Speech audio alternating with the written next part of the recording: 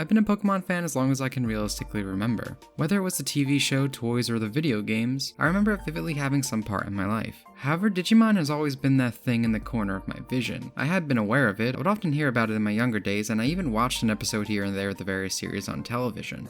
But even as a kid, I noticed something about Digimon, that it always felt less distinct. What I mean by this is Pokemon felt very similar. The show, no matter when I watched it, always carried the same feel to it. And even while there are spin-off Pokemon games that shake up the formula, 8 out of 10 times when I picked up a Pokemon game, it was distinctly what my brain knew as what a Pokemon game was. However, with Digimon, when I tuned into the shows, the tone, the characters, the world, everything seemed to really change. Same with the video games. Everything felt very different. Even games carrying the same moniker like Digimon World 1 and 2 were completely different experiences. One of them was a more typical RPG dungeon crawler, while the other had you cleaning up shit and okay, that's all I really remember from World 1. It was a really weird game. I just didn't really understand it as a kid. But that's kind of the point. I couldn't tell you what a distinctly Digimon game was. That's not to say that either of these approaches are inherently bad, but it is something I clearly noticed even as a child. I do think Game Freak's approach ended up being one of the main reasons I stuck to Pokemon as a kid, especially when it came to the games. Having very limited money, I wanted to know what I was getting into. I knew I was gonna like a Pokemon game when I got it, and to Game Freak's credit, it really seemed like they chose a base formula and improved upon it over time continuously, even for some of their spin-offs. With Digimon, you did have the benefit of nothing feeling stale, it was always different. But that's also a double-edged sword. When games even sharing the same name are different, you really take a gamble when buying it. And that also means if you like one style, you might not see it again.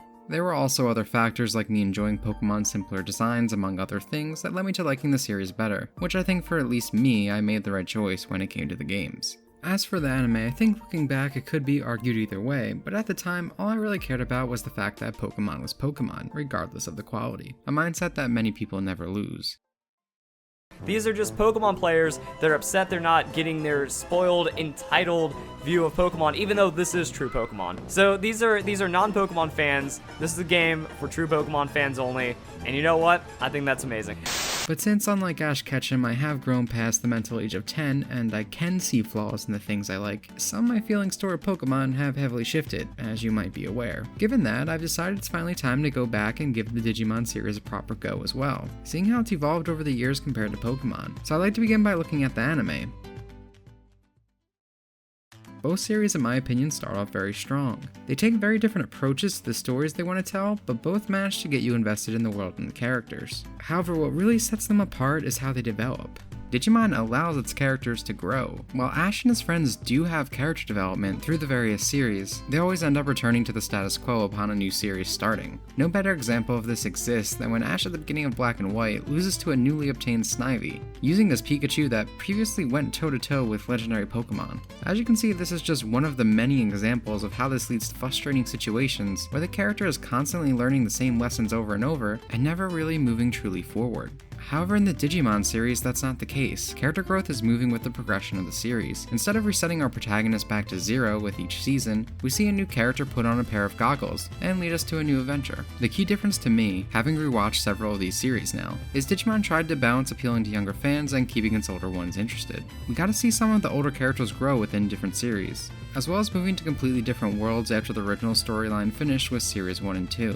Some of those series even taking on a darker tone as they progressed. For example, they got Shinaki Kaneka, the writer of Serial Experiments Lain, to work on the third series, a choice possibly done since the audience was growing up as well. It's possible Pokemon might have gone in a similar direction originally, as Takashi Shudo, the original writer for the series, had a set ending for Ash's adventure, a rather dark one in fact. But having left the series and presumably the Pokemon Company not wanting to take the series in this direction, it just ended up stagnating after his departure. These different approaches shone no clearer than how each series handled nostalgia in their newest movies. With Digimon, we got to see the original protagonists from the first series aged up once again, having a new adventure to go on, continuing their story and seeing where they're at years later. While many fans believed it leaned too heavily on the fan service, myself included. Yet it was still far closer to what I wanted to see from these series than what Pokemon gave us for its nostalgia trip. A retelling of the original adventure only made worse by using the same tired plot setup of the newer Pokemon movies, with what can only be described as product placement for Game Freak's newest games. Just like with the games, the Pokemon anime stuck to what they knew. Pokemon definitely had a more distinct feel, but it was missing the part that made the games appealing originally. The fact that it felt like it was still innovating and improving that formula. It wasn't just a constant retread, at least that's not how it used to be. Which leads us to the modern state of the games. As I mentioned at the start, my feelings toward the Pokemon series have changed. The past few entries felt like a chore to go through.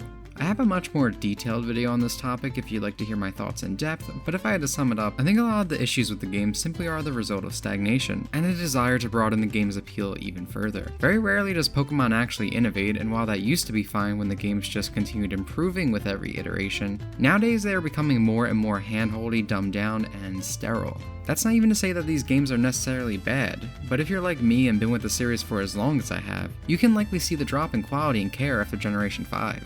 As well as the continuous casualization of the series, which is a weird thing when you think about it. Pokemon has always been casual, very casual in fact. My ex-girlfriend even used to tell me stories of how she beat the original Pokemon as a kid without even understanding English. Pokemon was never unapproachable to a younger audience, even as it got more streamlined. I think around Generation 4 and 5, Pokemon found this perfect balancing act that made the games approachable to the youngest demographic while not feeling insulting when it came to the handholding, which is why I struggled to understand how the games are approaching the level of the games I used to see on Leapster machines.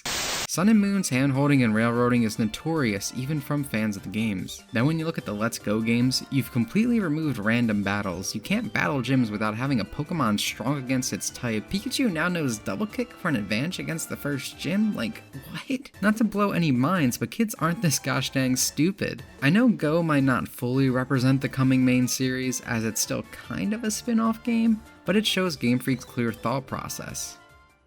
When I talk to people about the games they played in their childhood, they don't just give me easier things like Pokemon. They give me games with deeper concepts, harder mechanics, RPGs like Final Fantasy VII, or adventure games like Ocarina of Time. The recent Digimon games seem to understand that. Their games have nothing in them unapproachable by a younger audience, but they still very much appeal to me in a way modern Pokemon just cannot do currently. In fact, playing through Cyber Sleuth specifically, I felt I was playing Persona Light at times, just, wish I could date the girls. There are several other things I noticed going through these games that I really liked. For example, when you look at Pokemon, fans are always clamoring for a comeback of older titles. The Stadium series, Pokemon Snap, things like that, but these are continuously ignored. I feel Pokemon, when it comes to the spin-offs, will usually release a few games for a certain genre and then ditches them entirely. Then again, this might be for the best since series like Mystery Dungeon have only declined in quality after a few games, but I digress. With Digimon, they actually seem to listen to what the fans want to come back. For example, the World 1 formula, as confusing as it was to me, seemed to be really popular. This led to the New World brand focusing on the style, with the two most recent games playing and building upon the original. However, for the portable Nintendo versions of this series, they seem to heavily take from World 3, the second fan-favorite style of the original quadrilogy, which was lighter story-wise than the recent console RPGs. As well as series such as Digimon Rumble making a comeback, even if its outing was far less well received. So as you can see, some of my issues with games early in the Digimon series were fixed. Game styles and specific branding began to have a cohesive feel within them. The Cyber Sleuth series becoming their typical RPG titles, and the World series having a distinct style. This doesn't mean they stopped experimenting. The newest title announced, Digimon Survive, seems to be going for a much darker tone in the style of survival games that we've seen over the last few years, and honestly, I think it looks pretty cool. One of the last things I noticed when playing through all these newer games, there was never a point where I felt like Digimon shoved the past into my face. As you may know, I have a real problem with how Game Freak finds the need to shove Gen 1 in every new game, with the constant references and ham-fisted callbacks. I really feel like it bogs down the experience, like the game is saying, hey guys, remember this?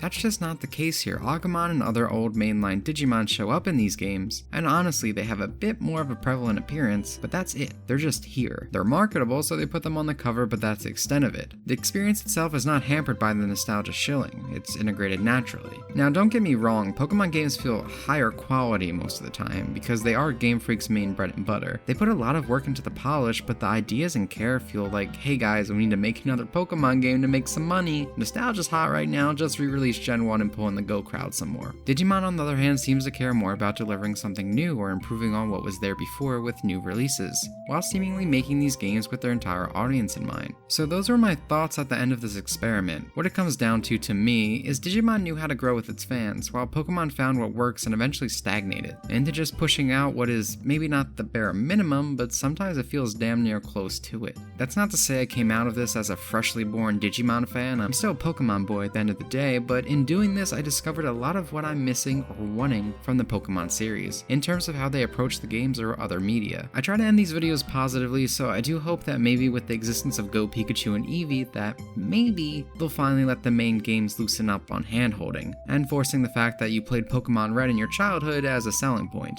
while maybe giving us better narratives or gameplay innovations. But as I said earlier, the handling of these games certainly seem to show Game Freak's mindset going forward, so we might just be left with stuff like this.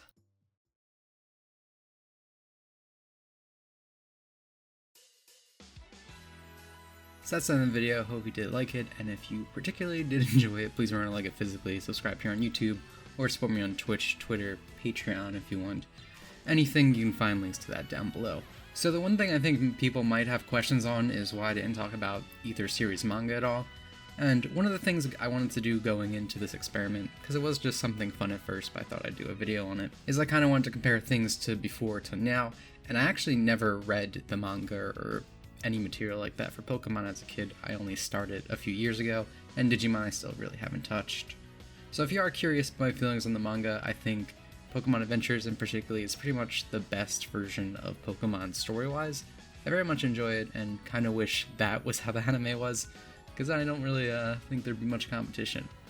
Yeah, so there's that. One of the other reasons this video took a bit longer is because I had to play a lot of games for this one. I didn't complete the vast majority of them, but I felt it important to get a good feel for them, so, I wanted to get at least a good amount of time into every single one, which, some weren't that great, but... So I won't waste any more of your time here. So again, I hope you enjoyed the video, and be sure to watch other ones or check out my streams if you want. Have a good one, guys. Thank you for watching.